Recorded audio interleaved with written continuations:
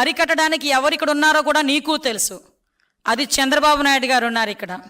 ఇష్టానుసారంగా రోడ్ల మీదకి వస్తాం, కత్తులు పట్టుకొని తిరుగుతాం, కొడవళ్ళు పట్టుకొని తిరుగుతాం, రప్పా రప్పా నరుగుతామని చెప్పి రెచ్చిపోయి రోడ్డు మీదకి వచ్చి ఉన్మాదం చేయడానికి గనక ప్రయత్నం చేసిన ఆ ఆలోచన వచ్చినా ఒక్కసారి గుర్తుపెట్టుకో, ఎవరిని వదిలిపెట్టేది లేదు.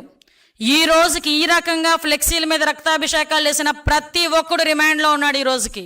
అంటే మీరు అక్రమ కేసులు పెట్టడం కోసం, కక్ష సాధింపులు చేయడం కోసం ఈ విధంగా పుట్టినరోజుల వేడుకల్ని సాకుగా చూపించడం ఎంతవరకు సమంజసమని నేను అడుగుతూ ఉన్నాను. హోంమంత్రి గారికి నేను ఒకటే చెప్తున్నాను, మీకు నచ్చింది చేసుకోండి, ఏం చేసుకుంటారో చేసుకోండి, కానీ రానున్న కాలంలో మళ్ళీ మా వైఎస్ఆర్ కాంగ్రెస్ పార్టీ వస్తుంది. మీ అందరికీ తగిన రిటర్న్ గిఫ్ట్ ఇవ్వడానికి సిద్ధంగా ఉన్నాం. ఎన్ని అక్రమ కేసులు పెట్టుకుంటారో పెట్టుకోండి, మా కార్యకర్తలు ఎవరు కూడా కొంచెం కూడా భయపడే ప్రసక్తి లేదు. మీరిప్పుడు కక్ష సాధింపులు చేస్తూ ఉన్నారు, అన్నింటికి రిటర్న్ గిఫ్ట్లు వస్తాయనే విషయం గుర్తుంచుకోండి. మీరు సెంటీమీటర్ చేస్తే మేము కిలోమీటర్ దానికి రిటర్న్ గిఫ్ట్ ఇస్తామనే విషయాన్ని కూడా గుర్తుంచుకోవాల్సిందిగా తెలియజేస్తూ ఉన్నాను.